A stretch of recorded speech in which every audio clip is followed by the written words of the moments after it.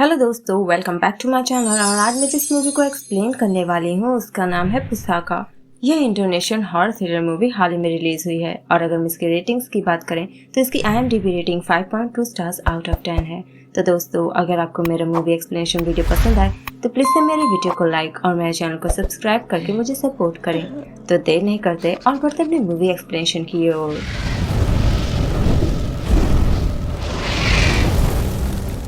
तो इस मूवी की शुरुआत में हमें एक एंशिएंट विला का सीन दिखाया जाता है जो एंशिएंट खजानों से भरा पड़ा है, काफी कीमती आर्टिफैक्ट्स और वेपन से। लेकिन इस समय हमें आर्टिफैक्ट्स से ज्यादा लाशें दिखाई पड़ रही हैं, जिनके बीच में सिर्फ एक ही आदमी जिंदा बचा हुआ है, लेकिन वो काफी ज्यादा ट्रॉमेटाइज नजर आ रहा है। और तभी हम एक डैगर को वहीं पर अपने आप उठते हुए देख पाते हैं, क्योंकि शायद ये एक मैजिकल डैगर है और इसी डैगर के ऊपर ये मूवी बेस्ड है। सीन यहीं पर कट होता है और हम कुछ लोगों को देख पाते हैं गाड़ी में, जिनकी कुल संख्या 5 थी और ये लोग अपने एक प्रोजेक्ट के सिलसिले में जा रहे होते हैं, जिनके हेड का नाम था नीना, जिसका अपना एक कारोबार था जो उसकी फादर की देन थी, जो शायद अब इस दुनिया में नहीं है। और उनका कारोबार भी इस वक्त मंदा चल रहा था और इस ग्रुप में मौजूद सारे ही लोग मजबूर हैं, जिन्हें पैसों की सख्त जरूरत है। तो किसी भी हालत में उन्हें अपना ये टास्क पूरा करना ही होगा, वो भी मात्र 3 दिनों में। जो काम काफी ज्यादा कठिन था। ये लोग एक ओल्ड एंटिक विला को म्यूजियम का रूप देने जा रहे थे, जिस ग्रुप में शामिल थे डेविड, हैना, सैंड्रा और एडी। और वहां जाकर ये लोग पहले वहां का सर्वे निकालेंगे, ड्राफ्ट तैयार करेंगे और सब कुछ सेट करेंगे। और इनकी यहाँ पर विडम्बना ये थी कि यहाँ पर ना तो ढंग से इलेक्ट्रिसिटी थी और न ही इंटरनेट और सिग्नल कुछ भी।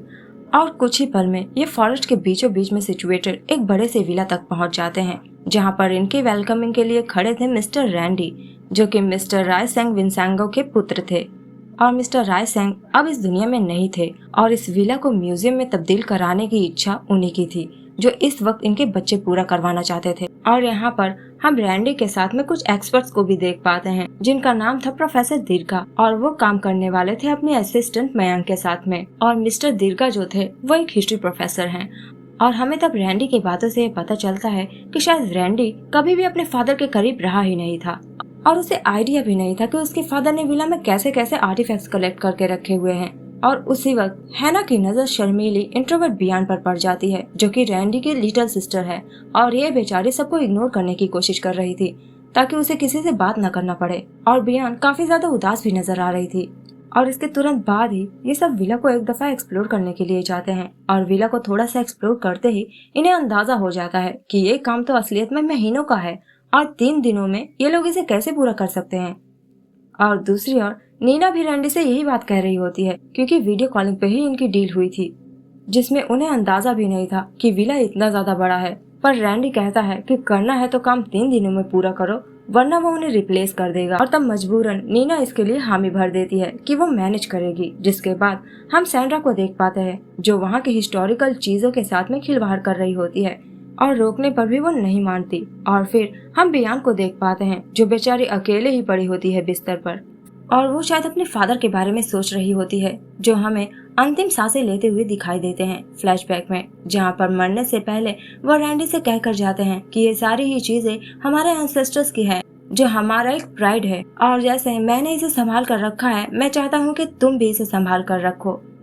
और वो चाहते थे कि करंट जनरेशन इसे एक्सपीरियंस करे और प्राउड फील करे, और इसीलिए वो विला को म्यूजियम में बदलना चाहते थे, जो आखिरी विश रैंडी 4 साल बाद पूरा करने जा रहा था, क्योंकि पैंडेमिक की वजह से उसे देरी हो गई।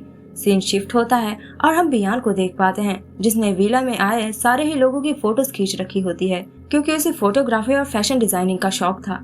और वो उस वक्त हैना की तस्वीर देख रही होती है। तभी सैंड्रा वहाँ पर आ जाती है और सैंड्रा की हरकतों से हम ये जान पाते हैं कि वो हैना के लाइफ से बहुत ही ज्यादा ऑब्सेस्ड है और जेलस भी, और वो उसे नीचा दिखाने और बुली करने का एक भी मौका नहीं खोती। वो बियान को भी अपने कंपनी में शामिल करना चाहती थी, ताकि वो और बियान मिलकर हैना का मजाक उड़ाए। और वो तब उसे हैना की एक प्राइवेट वायरल वीडियो दिखाती है, जो हैना के एक्स हस्बैंड ने डाली होती है उसे बदनाम करने के लिए, क्योंकि उनका डाइवोर्स हो चुका था। लेकिन बियान जब उस वीडियो को देखती है तब उसे ये डोमेस्टिक वायलेंस लगता है और गलत चीज लगती है। सैंड्रा के सोच से वो इत्तेफाक रख ही नहीं पाती, तो सैंड्रा को बियान काफी ज्यादा बोरिंग लगती है। और यहाँ तक तो सब कुछ ठीक था, लेकिन वो फिर से डाइनिंग टेबल के पास वही सेम टॉपिक खोल देती है, हैना के वायरल वीडियो के बारे में, जिससे हैना को काफी ज्यादा एम्बेरसमेंट फील होता है सबके सामने। लेकिन वो बेचारे उस वक्त कुछ भी बोल नहीं पाती। तभी लाइट्स फ्लिकर करने लगती है और रैंडी सबसे कहता है कि ये चीज यहाँ पर कॉमन है और किसी तरह हम सबको ये झेलना ही होगा। और तब बियान को जब ये समझ में आता है कि आज रात उसे यहीं पर रुकना होगा, तो वो गुस्से में वहाँ से उठकर चली जाती है, क्योंकि वो यहाँ पर बिल्कुल भी नहीं रहना चाहती थी। और तब डिनर के बाद हैना डेविड के साथ में बाहर चली जाती है और डेविड से बताती है कि सैंड्रा हर वक्त उसके पास्ट को लेकर उसे बुली करती ही रहती है, जो उसे ट्रॉमेटाइज कर रहा है। और वो डेविड के सामने रोने लगती है और डेविड तब उसे संभालने की कोशिश करता है ताकि वो दुखी ना हो। और इनडायरेक्टली हमें अंदाजा लग जाता है कि डेविड हमेशा से ही हैना को पसंद किया करता था, लेकिन उसकी कभी हिम्मत ही नहीं पड़ी उससे ये बात कहने की। और उसने तो हैना के होने वाले हस्बैंड के बारे में भी उसे आगाह करने की कोशिश करी थी, लेकिन हैना उसके प्यार में फंस चुकी थी। और उसी वक्त एडी उन्हें बुलाने आ जाता है, क्योंकि सबको आज रात से ही काम पर लगना होगा, वरना 3 दिन में ये काम फिनिश हो ही नहीं पाएगा। तब रैंडी का सिक्योरिटी गार्ड डार्मो उन्हें टॉर्च देकर जाता है, इन केस लाइट्स काम न करे तो ये काम आएगा, और एक वॉकी टॉकी भी हेल्प मांगने के लिए। और दार्मो के जाते ही तब लाइट्स भी चली जाती है उसके साथ में, क्योंकि जनरेटर का फ्यूल खत्म हो चुका था। और तब फ्यूल डालते ही लाइट्स भी आ जाती हैं और ये लोग तब डिसाइड करते हैं कि उसी कमरे में वेपन्स रखे जाएंगे, क्योंकि उस कमरे में ह्यूमिडिटी नहीं है, जिस वजह से चीजों में जंग भी नहीं लगेगी। और तब सैंड्रा इस पर जोक्स क्रैक करने लगती है कि तब तो ये रूम काफी ज्यादा हॉन्टेड कहलाएगा, क्योंकि उसने सुना है कि कुछ वेपन्स में मिस्टिकल पावर्स होते हैं, जैसे कि डैगर्स में। और ये लड़की काम करने के बजाय जोक्स मारे जा रही थी। हैना इससे थोड़ी सी ऑफेंड हो जाती है और सैंड्रा तब फिर से उसे चिढ़ाने के लिए उसे 5 स्टार बुलाने लगती है, जिससे डेविड को गुस्सा आ जाता है और वो तब आगे जाकर मोर्चा थाम लेता है। इस दौरान बहस करते करते जब सैंड्रा उसे धक्का दे देती है, वो एक बुक शेल्फ से जाकर टकरा जाता है, जिससे एक सीक्रेट डोर ओपन हो जाता है। और इस सीक्रेट डोर के बारे में रैंडी को भी कोई आइडिया नहीं होता। और तब सभी इस डिस्कवरी से काफी ज्यादा आश्चर्यचकित थे और सब तब घुसकर अंदर चेकआउट करने के लिए जाते हैं बियान के पीछे पीछे। और यहाँ अंदर उन्हें एक बहुत बड़ा सा स्टैचू नजर आता है और पल्लवा फाउंडेशन के स्क्रिप्ट्स भी, जो आप सदर्न इंडिया के डायनेस्टी से रिलेटेड भी समझ सकते हैं या फिर इसे तमिल ब्राह्मण स्क्रिप्ट भी समझ सकते हैं, जिसमें ये लिखा हुआ था कि एक जमाने में यहाँ पर जेंगाला नाम का एक किंगडम हुआ करता था, जो जंग और आपदा की वजह से ध्वस्त हो गया और इस किंगडम के होने के भी अब कोई अवशेष बचे ही नहीं थे। और तब प्रोफेसर उन्हें बताते हैं कि 1970s में खुदाई के दौरान एक रेलिक वहाँ से गायब था, जो इस वक्त इनके सामने है, वही आइडल। रैंडी के फादर ने शायद इसे गायब करवाया होगा अपने कलेक्शन के लिए, और उन्होंने तब इस वक्त इन अवशेषों को संभाल कर रखा हुआ था, जो एक्चुअल में लॉर्ड विष्णु है। इसमें कोई डाउट ही नहीं है, क्योंकि हिस्ट्री सबकी भारत से ही जुड़ी हुई थी और सब एक समय पर भारतीय ही थे। और यहाँ पर तो सब जुटे हुए थे प्रोफेसर की बातें सुनने में, उस आइडल की हिस्ट्री जानने में। और सैंड्रा को यहाँ पर चुल मची हुई थी।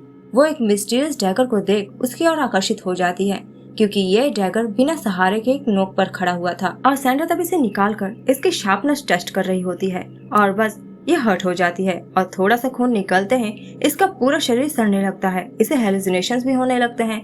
और एक विजन में वो एक साधु को वहीं पर देखती है और तब किसी की भी नजर उस पर पड़ती ही नहीं। सब डिस्कस करने में जुटे हुए थे कि पहले के जमाने में स्वॉर्ड्स और डैगर में पावर्स हुआ करती थी, ताकि वॉर्स के दौरान में राजाओं को पॉजिटिव आउटकम्स मिले, यानी जीत उन्हीं की हो। और इन डैगर्स और कैरिस को वो ज्ञानी बाबाओं से बनवाते थे, जिसके अंदर काफी ज्यादा शक्तियां हुआ करती थी। और वो शक्तियां अब भी उन डैगर्स में हो सकते हैं, क्योंकि उन डैगर्स का संबंध पास्ट से है।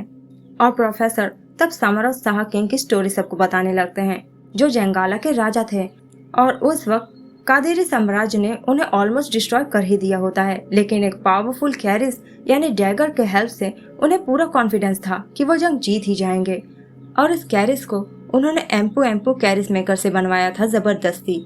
ऐसा सैंड्रा पॉजेस होकर बोलने लगती है। तब उसकी हालत देख सबको शॉक लग जाता है और सबको डर भी लग जाता है, क्योंकि लाइट्स भी फ्लिकर हो रही होती है। और सैंड्रा को तब उसी वक्त एक ब्लैक कलर की लिक्विड की वॉमिटिंग होने लगती है और सब तब उसे काम डाउन करने के लिए सोफा पर बिठाते हैं ले जाकर, लेकिन वो उस वक्त क्रीपी सी हरकतें कर रही होती है। और लाइट्स ऑफ होते ही सैंड्रा गायब हो जाती है और ढूंढने पर वो आइडल के पीछे उन्हें मिलती है, जो कहने लगती है कि 7वां कैरिस एक्टिवेट हो चुका है और कैरिस की शक्तियाँ वापस से प्राप्त करने के लिए और उनकी गुस्ताखी के लिए उन्हें अपने खून से इसकी भरपाई करनी होगी, क्योंकि कैरिस इस वक्त खून मांग रहा है। मतलब इनडायरेक्टली ये उन्हें मारने की बात कर रही थी उसी डैगर से, और वो तब अचानक से ही उसी डैगर से पहले प्रोफेसर पर ही हमला बोल देती है, लेकिन अचानक से उसे छोड़ देती है क्योंकि पोजेशन का टास्क अभी कंप्लीट नहीं हुआ था। तो वो कंप्लीट करने लगती है और उन लोगों को मौका मिल जाता है तब भागने का। तो ये लोग घायल प्रोफेसर को लेकर भागने लगते हैं, लेकिन सैंड्रा भी इनके पीछे भागने लगती है कुछ ही पल में, और वो उनसे ज्यादा तेज भाग रही होती है। और ये लोग भागते भागते उस सीक्रेट डोर को बंद ही नहीं कर पाते। नीना तब किसी तरह डोर को ओपन करने के लिए पासवर्ड डायल करने की कोशिश करती है, लेकिन सैंड्रा तभी वहाँ पर भी आ जाती है और नीना को इतनी जोर से पटकती है कि मॉनिटर ही डिस्ट्रॉय हो जाता है। और सैंड्रा अब अपराजित बन चुके थे, उसे चाहे जितना मारो कुछ असर ही नहीं पड़ रहा था, लेकिन वो अगर मार दे तो सामने वाला उठ जाएगा, इतनी ताकतवर हो चुकी थी वो। तभी रैंडी उस पर भाले से वार करके कुछ सेकंड्स के लिए उससे पीछे छुड़ा लेता है और सब तब अपनी जान बचाकर स्प्लिट होकर छुपने लगते हैं। हैना, मयंक और नीना एक तरफ और प्रोफेसर बियन, रैंडी, डेविड एक तरफ। लेकिन सैंड्रा तब इतने जोर से दरवाजे को ठोक रही होती है कि कुछ ही पल में दरवाजा टूट ही जाता, और इतनी देर तक तो उसे पता भी नहीं था कि रैंडी कहाँ छुपा हुआ है। लेकिन रैंडी के ग्लास गिराने की वजह से उसे इनका पता चल जाता है। वो तब अंदर आकर दीवार के पास सीलिंग में चिपक जाती है और फिर इन्हें डराने के लिए किचन के सामानों को गिराकर प्रोफेसर पर ही आकर अटैक कर देती है। और ये लोग तब कुछ भी नहीं कर सकते थे, इसलिए वो प्रोफेसर को सैंड्रा के पास छोड़कर भाग जाते हैं अपनी जान बचाकर। और सैंड्रा तब एक नाइफ से उनके फेस के स्किन को पहले पील करती है और फिर बड़ी बेरहमी से उनके अंदर के ऑर्गन्स निकालकर फेंकने लगती है बारी बारी। और ये सारा नजारा एडी ऊपर से देख रहा होता है क्योंकि वो तो वहीं पर छुपकर बैठा हुआ था और अभी तो सिर्फ 12 बजे थे, अभी तो पूरी रात बाकी थी। और दूसरी ओर डेविड को रैंडी पर शक हो रहा होता है कि ये जानबूझकर उन्हें मरवाने के लिए वहां पर लेकर आया है, लेकिन इन्हें तो सचमुच में इस सीक्रेट कमरे के बारे में कुछ भी नहीं पता होता और ये खुद इस घर से नफरत करते थे। रैंडी तब बताने लगता है कि लोग इनके फादर को एक मैड कलेक्टर कहकर बुलाया करते थे, जो कि सच्चाई थी, वो भी इसे मानते थे। और इस कलेक्शन में उन्होंने अरबों रुपए बर्बाद कर दिए होते हैं और अब उनकी वजह से ये दोनों भाई बहन उस ट्रैप में फंस चुके थे इसे संभालने की कोशिश में। और रैंडी तब आगे उन्हें ये भी बताता है कि पहले एक बार इस विला में चोर और सिक्योरिटी की डेड बॉडीज मिली थी जो यहाँ चोरी करने के लिए आए थे शायद, लेकिन उनके फादर ने इस घटना को भी छुपा लिया, उल्टा यहाँ की सिक्योरिटीज और भी ज्यादा बढ़ा दी। और उनके लिए यहाँ पर सबसे बड़ी आश्चर्य की बात ये थी कि इस विला से बाहर जाने का सिर्फ एक ही रास्ता था और वॉकी टॉकी भी लिविंग रूम में पड़ी हुई थी जहाँ पर सैंड्रा मौजूद थी। पर एडी किचन से बाहर निकलकर वॉकी टॉकी तक पहुंच जाता है और कांटेक्ट भी कर देता है दार्मो को, लेकिन सैंड्रा को आता सुन वो क्लोजेट में जाकर छुप जाता है। लेकिन दार्मो बेचारे को तो कुछ पता ही नहीं था, वो दरवाजा खोलकर अंदर आ जाता है और सैंड्रा का शिकार बन जाता है, जिसके सर को सैंड्रा धड़ से अलग कर देती है और हाथ में ले लेती है। और तभी हैना, मयंक और नीना जाबाज बनकर सैंड्रा का मुकाबला करने आ जाती है कुछ वेपन्स लेकर। और इस मुकाबले में हैना मरते मरते बची और नीना डैगर से घायल होकर। और अगर डेविड इनकी आवाज सुनकर सही समय पर ना आता और सैंड्रा पर वार करके उसे घायल ना करता तो इनका तो काम आज तमाम हो ही जाता। जिसके बाद ये चारों ताकत लगाकर डाइनिंग टेबल से उसे दबाकर अपनी जान बचाकर वहां से भागने की कोशिश करते हैं। और कोई रास्ता न मिलने पर बाकी सब वापस से उसे सीक्रेट बेसमेंट में छिप जाते हैं और नीना और हैना एक साथ एक कमरे में छिप जाती है, दरवाजे को क्लोजेट वगैरह से ब्लॉक करके। और नीना को अब अपनी हालत देखकर यकीन हो चुका था कि वो मरने वाली है। और सैंड्रा जब बेसमेंट के डोर को नहीं तोड़ पाती तो वो नीना के पास आ जाती है क्योंकि डैगर से घायल किए गए इंसान का पता खुद डैगर ही लगा लेता है। और हैना के इतने प्रबंध करने के बावजूद वो नीना को ढूंढ ही निकालती है। और यहाँ बेसमेंट में मयंक को डैगर का कवर मिल जाता है, उसी डैगर का जो सैंड्रा के पास में है, जिसमें एक मैसेज था और ये एक रिमाइंडर था कैरिस के ओनर के लिए, जो एक पहेली की तरह था जिससे रैंडी के फादर ने अपने जर्नल में सुलझाने की कोशिश करी थी। उन्होंने लिखा था कि राजा ने कैरिस मेकर को बुलाया था पावरफुल कैरिस बनाने के लिए, यानी उस डैगर को। लेकिन जब उस कैरिस मेकर को ये पता चला कि कैरिस बनवाने के बाद किंग के कमांड पर उसे मार दिया जाएगा, तो उसने एक तरीके से कैरिस को एक टास्क दिया, मतलब एक कर्ज ही दे दिया, क्योंकि इस तरह के पावरफुल कैरिस जब बनाए जाते हैं तो उन्हें एक टास्क सौंपा जाता है, जैसे कि ओपोनेंट का खात्मा। और इस कैरिस को टास्क सौंपा गया था कि जो भी इस कैरिस को ओन करेगा वो अपना आपा खो देगा और खून का प्यासा हो जाएगा। और कैरिस के हर जान लेने के बाद कैरिस में एक कर्व फॉर्म हो जाएगा और जब तक 7 जाने जाएंगी नहीं, मौत का खेल ऐसे चलता ही रहेगा। और जैसे ही वो कैरिस 7 जाने ले लेगा और टास्क पूरा हो जाएगा तो कैरिस अपने ओरिजिनल फॉर्म में वापस लौट आएगा, मतलब कि स्ट्रेट हो जाएगा। और रैंडी को तब इस स्टोरी से ये समझ में आता है कि सालों पहले जो इस विला में वो चोर और सिक्योरिटी गार्ड मारे गए थे, शायद वो इसी डैगर की वजह से मारे गए होंगे, क्योंकि उस वक्त भी 7 लोगों की ही जानी गई थी और उनमें से जो एक बचा हुआ था शायद उसी ने सबको मारा था और इसीलिए उसकी हालत एकदम खराब थी। मतलब 7 जाने आज रात जाकर ही रहेंगी। डेविड तब ये बात सुनते ही हैना की जान बचाने के लिए भागता है और सैंड्रा यहाँ सीधा आकर नीना पर ही अटैक करती है और उसे खत्म कर डालती है, पर उसे हैना का कुछ पता ही नहीं चलता। लेकिन आखिरकार हैना ने गलती कर ही दी, उसे आवाज करके बुला लिया और सैंड्रा ने उसे देख भी लिया। तभी डेविड वहाँ पर आकर हैना को बचाने की कोशिश करता है और खुद हैना को पीछे कर सामने आ जाता है और सैंड्रा के डैगर का वार वो पहले अपने हाथ पर थाम लेता है और अपने बैली पर भी, लेकिन इस दौरान डैगर जमीन पर गिर जाता है और अंधेरा होने के कारण उसे डैगर दिखाई भी नहीं दे रहा था। बियान ये समझ जाती है और जब वो उस डैगर को उठाने दौड़ती है, सैंड्रा डैगर को उठाकर जल्दी से उस पर वार कर देती है और लाइट्स तब भी और भी ज्यादा फ्लिकर कर रही होती है। तब मौके का फायदा उठाते हुए हैना उसे मार मार कर उसके पैर ही तोड़ देती है और इस वजह से डैगर उसके हाथ से गिर जाता है, जो रैंडी लेकर भाग लेता है और वो तब हॉलवे में पहुंच जाता है एडी के पास, जो सक्सेसफुल रहा सैंड्रा से बचने में और अकेले रहने में समझदारी है, ये हमें ये बंदा सिखाता है। और रैंडी तब एडी के साथ में ही छुप जाता है और बाकी के लोग स्टेयरकेस के नीचे जो इस कंक्लूजन पर पहुंचे थे कि चाहे वो कुछ भी कर लें, वो तो आज रात मरेंगे ही।